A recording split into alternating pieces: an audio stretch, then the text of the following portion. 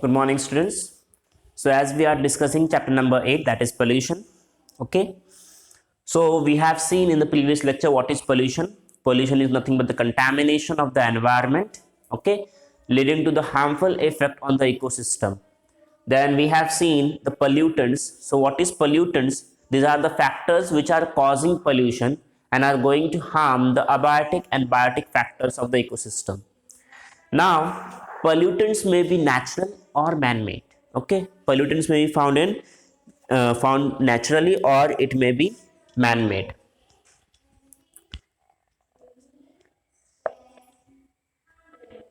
Now, if natural pollutants are there, then how much adversely it can affect the environment? It depends on the level of that pollutant. Okay, so whether the pollutant is highly contagious or not, it depends on that particular thing. Okay, so from in this lecture we will be seeing air pollution. We are going to discuss about air pollution.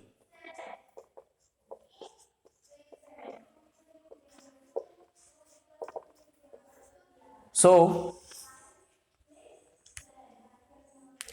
we know in the atmosphere there are several types of gases. Okay, we have studied about this in standard 6.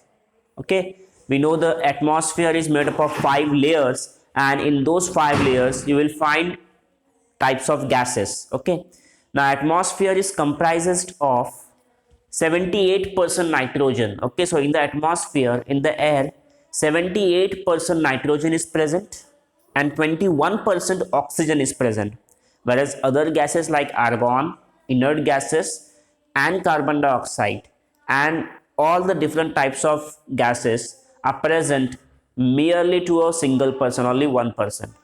Okay, so all these gases which are present,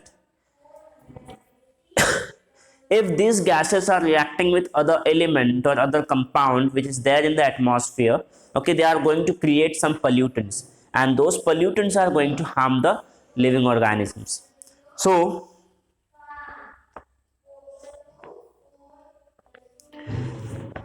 pollution के reason क्या क्या है, मतलब pollution के कितने ऐसे reason हो सकते हैं जो हम लोग देख सकते हैं एयर पोल्यूशन के.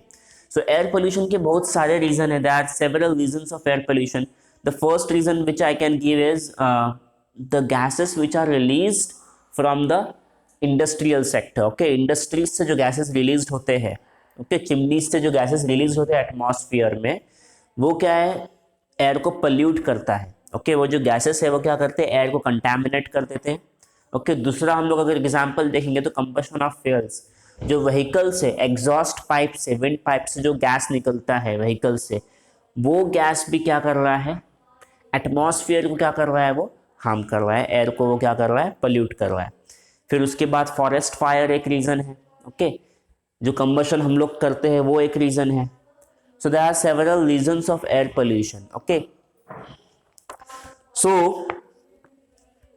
there is contamination of air by harmful substances like poisonous gases, smoke, particulate matter, microbes, etc. is called air pollution. What is the definition of air pollution? It is the contamination of air by harmful substances like poisonous gases, smoke, particulate matter, microbes, etc.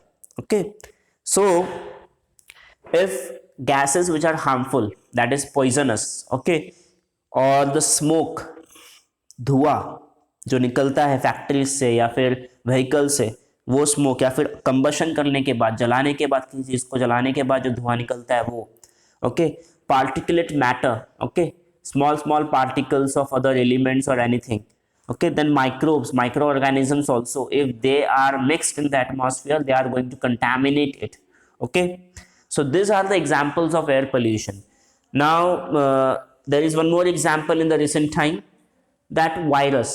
Okay, virus is not spreading in the air, it is not completely taking the volume of the air, but suppose a infected person sneezes, then that particular virus is traveling a certain distance in the atmosphere.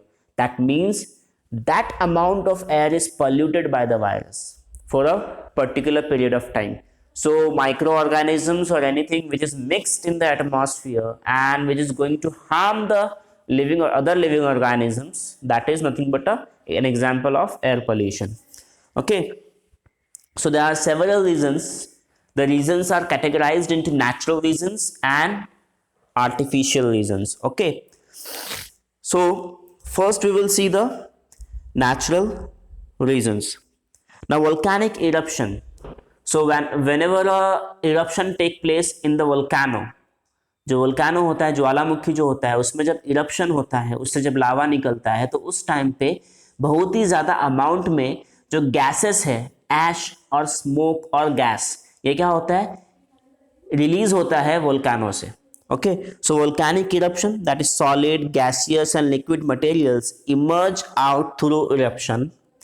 और कौन कौन से gases निकलते हैं ये eruption की वजह से? हाइड्रोजन सल्फाइड निकलता है, सल्फर डाइऑक्साइड ये एक गैस है, carbon dioxide CO2, ammonium chloride, hydrogen vapours etcetera, hydrogen vapours, dust etcetera etcetera. So देखो क्या क्या गैसेस इमिट होंगे जब वोल्केनो का इरप्शन होता है. तो whenever volcanic eruption take place, okay, so which gases are going to be erupted out from this volcano? Okay, so first hydrogen sulfide, H2S. Okay, hydrogen sulfide is there. Then sulfur dioxide, that is SO2. Then carbon dioxide, that is CO2. Okay, then ammonium chloride, that is NH3Cl. Okay, ammonium chloride. Hydrogen is there, hydrogen gas H2, water vapors or vapors of other gases, and dust particles, that is smoke. Okay, so this harmful gases are released in the atmosphere, in the air, whenever a volcanic eruption takes place. Okay, now another natural reason is earthquake.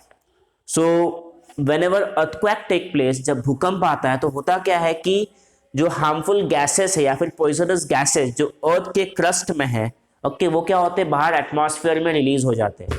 Okay, so ये जो release है इनका atmosphere में, वो भी क्या करता है, एयर को कंटामिनेट कर देता है. Okay, so poisonous gases and water vapours from inside of earth are release into the air. Okay, another reason that is cyclones and dust storms. Okay, cyclones आपको मालूम है आते रहते हैं हमारे देश में बहुत बार. तो cyclones है, dust storms है, इनकी वजह से भी क्या होता है, एयर पोल्यूशन होता है. ओके, सो जैसे कि डस्ट है, सॉइल है, फिर गार्बेज. देखो जब साइक्लोन आता है तो क्या होता है, जो आसपास की जो हवा होती है वो क्या करती है कि जो लेयर है सॉइल का उसको क्या करती है, पूरी तरीके से इरोड कर देती है. जो सॉइल है, जो डस्ट पार्टिकल है जो प्रेजेंट है एनवायरनमेंट में, वो क्या हो जाता है, एयर में मिक्स हो जाता है. ओके,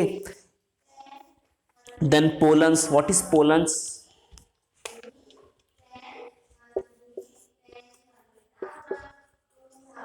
सो पोलन्स भी है अभी.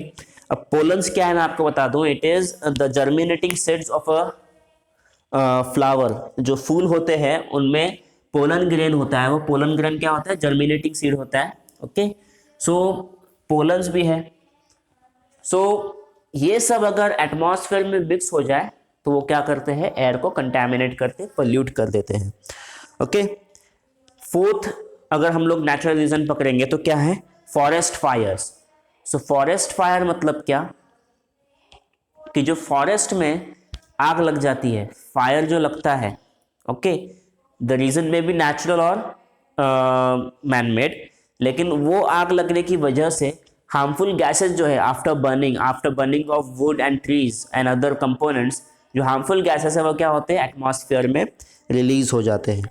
Okay, leading to air pollution. और कौन कौन से गैस रिलीज होते हैं, कार्बन डाइऑक्साइड है उसमें, सल्फर डाइऑक्साइड है, हाइड्रोजन सल्फाइड है, दैट इज H2S, स्मोक और other gases. Okay, fifth natural reason है microbes in air. So microorganisms जो है अगर वो मिक्स हो जाए एटमॉस्फेयर में तो उससे भी हमें क्या हो सकता है, वो हमारे लिए क्या है, हार्मफुल है और एयर पोल्यूशन हमें देखने मिलता है.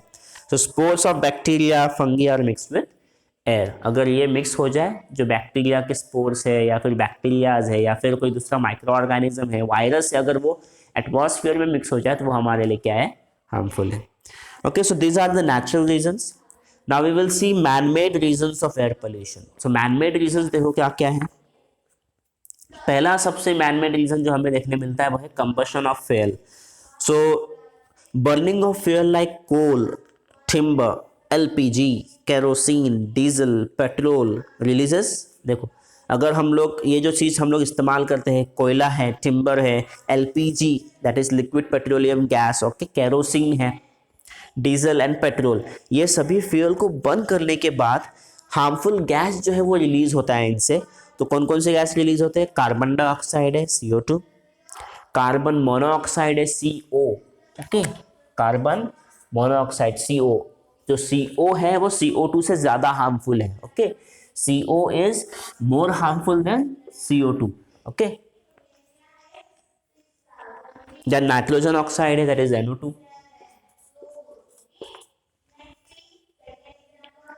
देन सल्फर डाइऑक्साइड है, लीड कंपाउंड्स है, etcetera etcetera. So this all are the components और the gases which are released due to the burning of fuel, due to the combustion of fuel. Okay, then burning of solid waste. अब जो waste particles, जो waste material है जो हमारे घर से निकलता है, वो हम लोग क्या करते हैं, या फिर फैक्ट्री का भी जो वेस्ट मटेरियल होता है वो हम लोग क्या करते हैं, जला देते हैं उसको, okay. Maximum time dump yard में डाला जाता है उससे और फिर उसको जलाया जाता है, ओके, पायरोलिसिस परफॉर्म किया जाता है उसके ऊपर, और उनके बर्निंग से भी जो गैस रिलीज होगा वो क्या करने वाला है, एयर को कंटामिनेट करने वाला है, ओके। तो सॉलिड वेस्ट को बर्न करने की वजह से हो सकता है। एग्रीकल्चरल वेस्ट, पराली मालूम होगी आपको, पराली, ओके। सो मैं आपको बता दूं ये क्या है। फार्मिंग करने के बाद, कंप्लीट हार्वेस्टिंग करने के बाद जो पार्ट रह जाता है, ओके, ग्रेन्स का, या फिर ये हम लोग बोल सकते हैं प्लांट का जो पार्ट रह जाता है लैंड के ऊपर, जो फार्मिंग लैंड के ऊपर, उसको फिर बाद में क्या करते हैं फार्मर्स, उसको बर्न कर देते हैं, ओके। तो वो जो जलाया जाता है और फिर मॉइस्चर कंटेंट को निकालने के लिए सॉइल से भी बर्निंग की जाती है। तो वो जो बर्निंग है उसकी वजह से भी हार्मफुल गैस जो है, मीथेन गैस जो है वो क्या होता है, रिलीज हो जाता है एटमॉस्फेयर में। मीथेन है, कार्बन डाइऑक्साइड है, कार्बन मोनोऑक्साइड है, तो ये हार्मफुल गैसेस एटमॉस्फेयर में रिलीज हो जाते हैं, ओके। तो ये सब भी क्या करते हैं, एयर को पोल्यूट करते हैं। Another reason is industrialisation. So industries से जो गैसेस निकल रहे हैं, smoke is release in large quantity from various factories. बहुत ही ज़्यादा क्वांटिटी में जो स्मोक है वो अलग अलग फैक्ट्री से क्या हो रहे हैं, निकल रहे हैं, रिलीज हो रहे हैं, ओके। सो सल्फर पाउडर है उसमें, नाइट्रोजन ऑक्साइड है, cotton seed powder in air, और बहुत सारे टाइप के गैसेस है जो फैक्ट्री से रिलीज हो रहे हैं और वो क्या कर रहे हैं, एयर को बहुत ही ज़्यादा अमाउंट में हार्म कर रहे हैं, पल्यूट कर रहे हैं, और इसका जो एडवर्स इफेक्ट है वहाँ पे रहने वाले लोगों के ऊपर देखने मिलता है, ओके। सो एयर पोल्यूशन भी एक, एयर पोल्यूशन जो है, जो इंडस्ट्रीज की वजह से होता है, वो भी क्या है, बहुत ही ज़्यादा खतरनाक साबित होता है हमारे लिए। Number third is atomic energy plants and blast. अब ब्लास्ट की वजह से भी पोल्यूशन होता है, ओके। जब बॉम्ब फेंका जाता है तो बर्निंग होती है, उस इलाके में एक बहुत बड़ा धमाका होता है, स्मोक जो है वो एटमॉस्फेयर में क्या होता है, मिक्स हो जाता है, तो ये भी क्या है, एयर पोल्यूशन है। फिर एटॉमिक एनर्जी प्लांट्स जो होते हैं जहाँ पर एनर्जी को जनरेट किया जा रहा है, जहाँ पर इलेक्ट्रिकल एनर्जी या फिर दूसरे टाइप की एनर्जी को प्रोड्यूस किया जा रहा है, वहाँ पर भी क्या होता है, जो वेस्ट मटेरियल है वो एटमॉस्फेयर में मिक्स हो जाए तो क्या हो जाएगा, हमारा क्या हमें देखने मिलेगा, एयर पोल्यूशन देखने मिलेगा। देखो, use of elements like uranium, uranium, बहुत ही इंपॉर्टेंट है ये स्टेटमेंट। देखो, elements like uranium, okay, then thorium,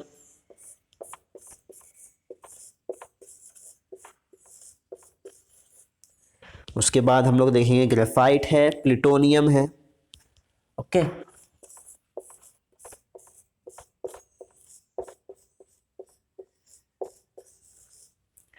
तो ये जो एलिमेंट्स है ये सब क्या है, रेडियो एक्टिव एलिमेंट्स है। क्या है ये सब, रेडियो एक्टिव एलिमेंट्स है। और अगर ये एलिमेंट मिक्स हो जाए एटमॉस्फेयर में तो ये वहाँ के जो आसपास का जो इलाका होगा, जो लोकेशन होगा, उनके उन वहाँ पे रहने वाले लोगों के लिए, लिविंग ऑर्गेनिज्म के लिए क्या होगा, बहुत ही ज़्यादा हार्मफुल होगा, बहुत ही ज़्यादा क्या होगा, ये डेडली होगा। Okay, fertility will be more fertile. Okay,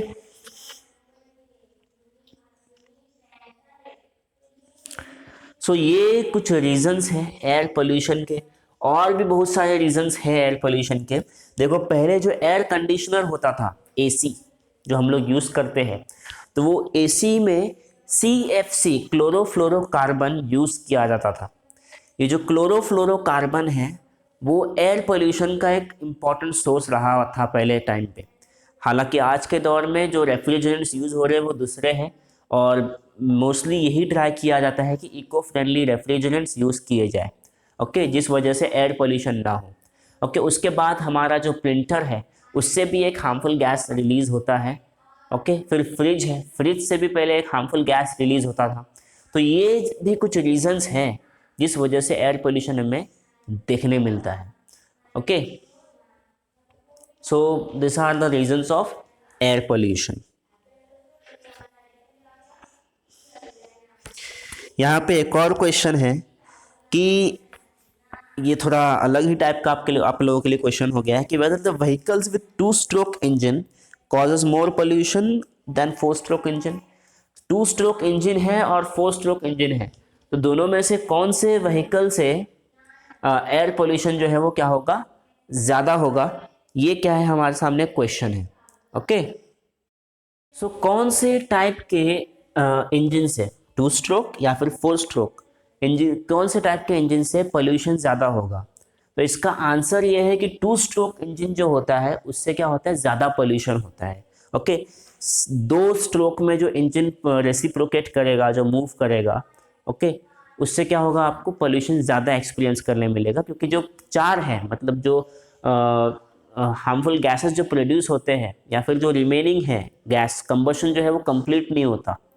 complete combustion आपको 2 स्ट्रोक इंजन में देखने मिलता नहीं है, और उस वजह से एयर पोल्यूशन जो है वो ज़्यादा होता है 2 स्ट्रोक इंजन से rather than 4 stroke engine. Okay, so in this lesson we have seen what is air pollution and the reasons of air pollution. Okay, in the next lecture we will be saying some gases of air which lead to air pollution, and we will peep into the history of air pollution. Okay, and we will see the effect of air pollution on the plants and animals in the next lecture. Until then, goodbye.